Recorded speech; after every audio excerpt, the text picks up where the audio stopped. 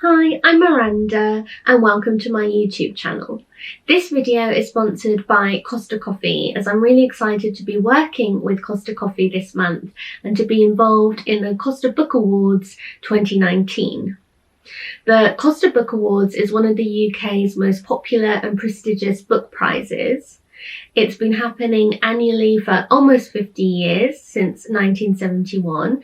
So each year, Costa Coffee has been involved in highlighting some of the most popular books of the year and in celebrating lots of wonderful different authors.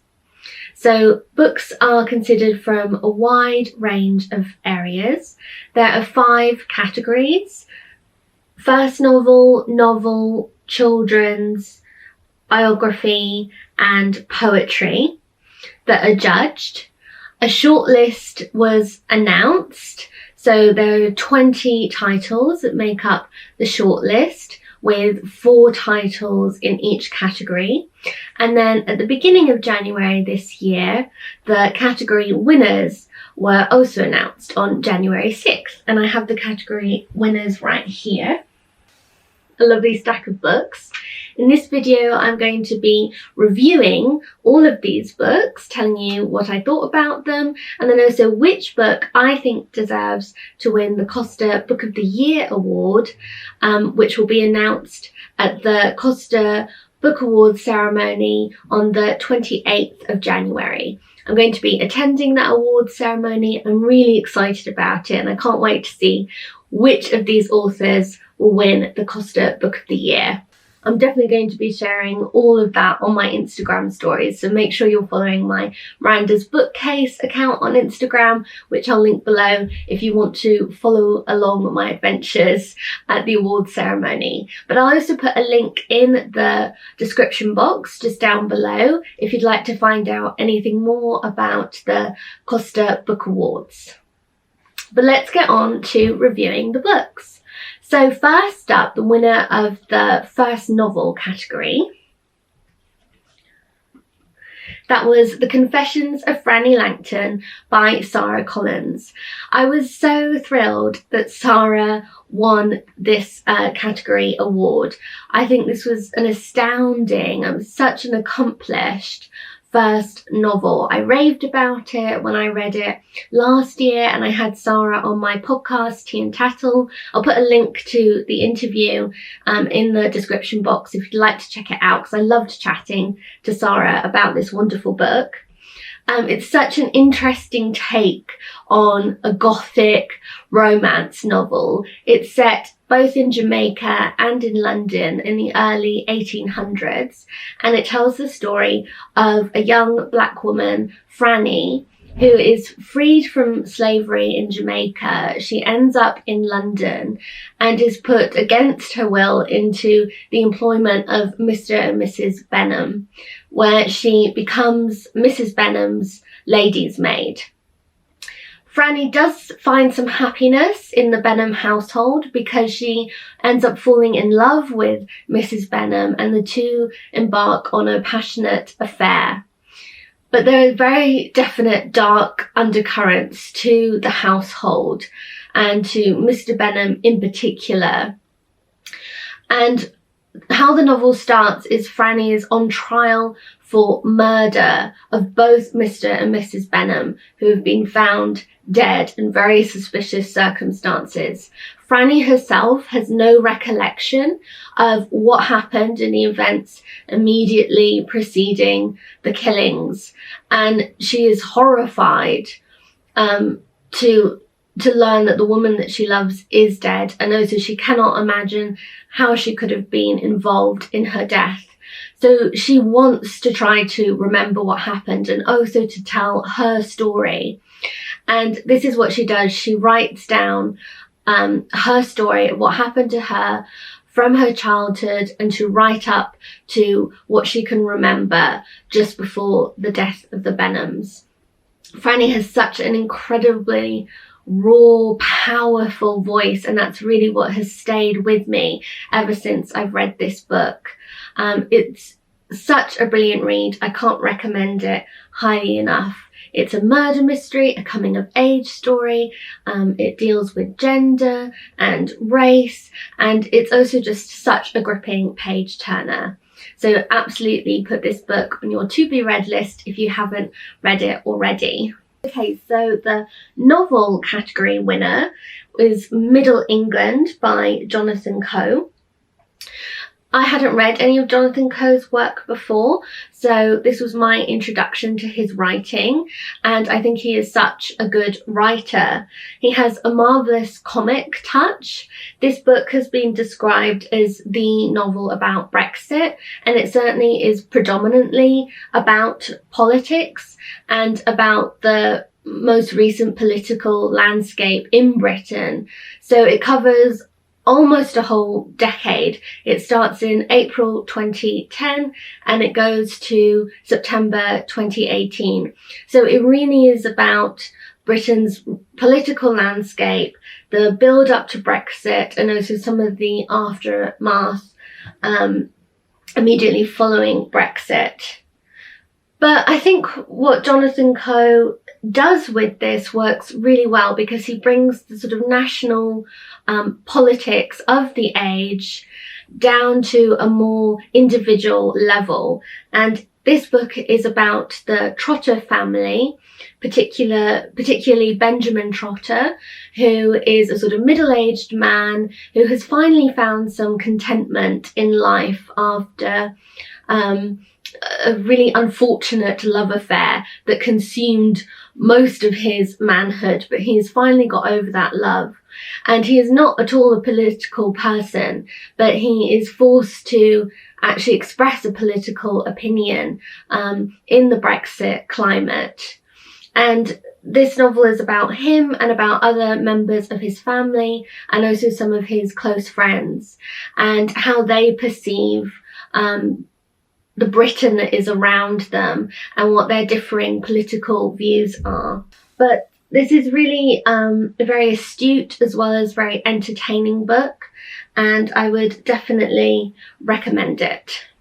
Next is the winner of the children's category, Asher and the Spirit Bird by Jasbinder Bilan. I really enjoyed this. I think it would be an especially good read for children aged about 9 to 12, but I thoroughly enjoyed it too. It's set in India and it follows the story of Asha, who's a young, high-spirited girl who lives in an Indian village just at the foot of the Himalayas. Asha is very worried at the start of the story because her father has supposedly gone missing. He has gone off to work to earn money for the family, but his letters home haven't been arriving for several months, and nor has the money that he normally sends home. So Asha's family are really struggling financially, and her mother has to borrow from a money lender who she then can't repay, and the money lender threatens to take everything from Asha and her family as repayment.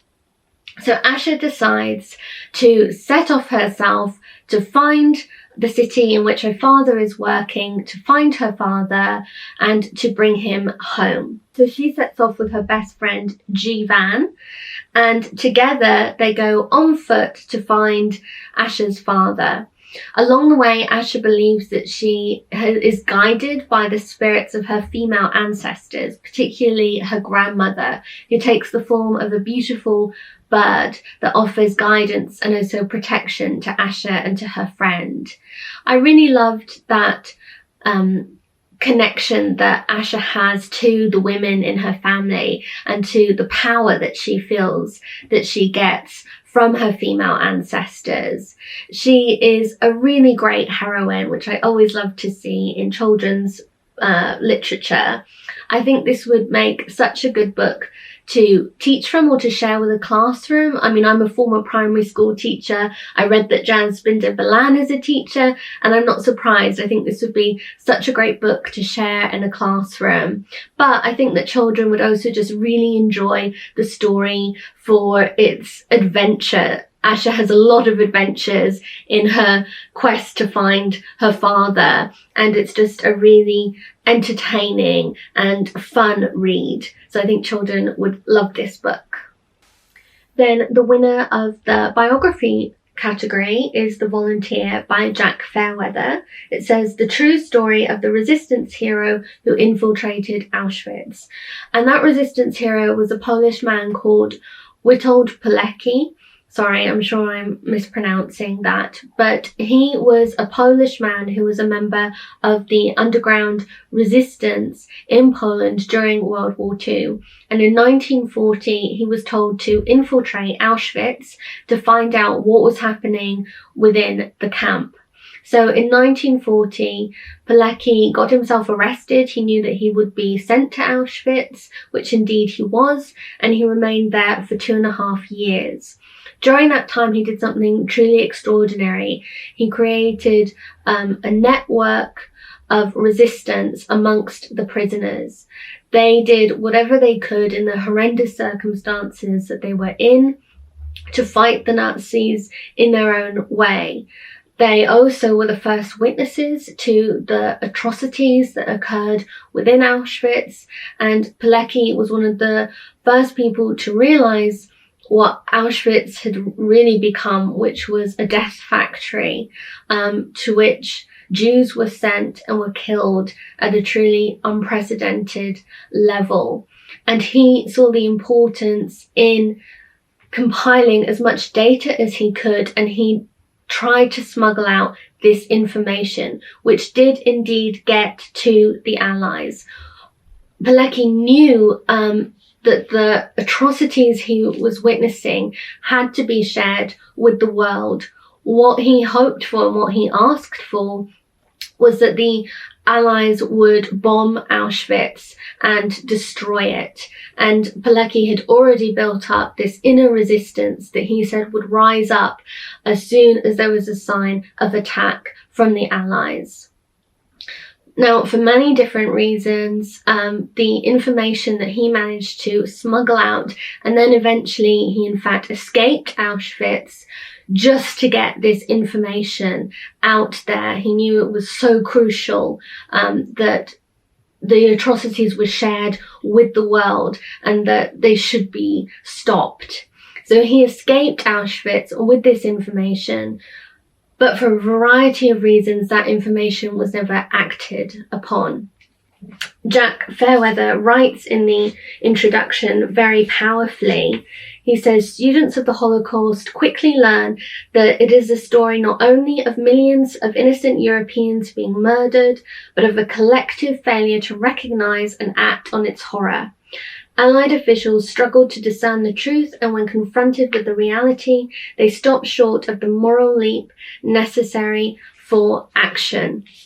So this is such an important book to read, not only because it honours a man who until now his story has been very little known. It honours the men and women who risk their lives every day in Auschwitz to compile information on what was actually happening, what the Nazis were doing there. But it also shows the importance of taking action, of taking that moral leap. When I was reading this, there were many appalling headlines in the newspapers about the rise of anti-Semitism. Now more than ever, this book, I feel, is a book that should be read. It is, of course, an extremely horrifying, difficult read, as any book about Auschwitz will always be, but that's just even more of a reason, in my opinion, to read this. So I'm really, really glad that this was recognised by the Costa Book Awards and was the biography winner. And then the final category winner for the poetry category is Flesh by Mary Jean Chan. I'd heard so many good things about this poetry collection even before it was announced as the winner, so I was really excited to read it, and it really didn't disappoint. This is a very intimate, very personal collection of poetry. It deals with Mary Jean Chan realizing that she is queer, of her own self-acceptance, of her coming out, and her coming out especially to her family, in particular to her mother.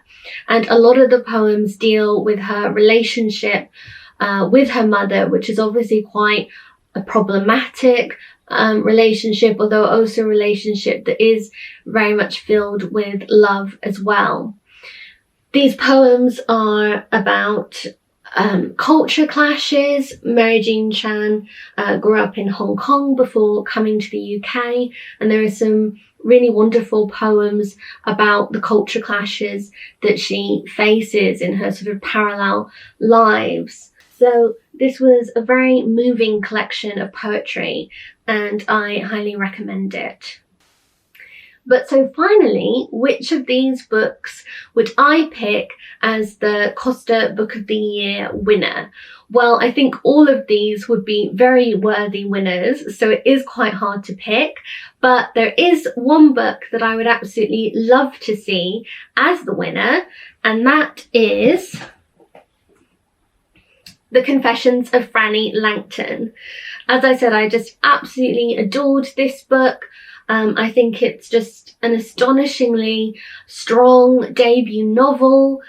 Sarah Collins so richly deserves all of the success that this book has had. It does something truly different in literature, which I really loved. I can't recommend this enough.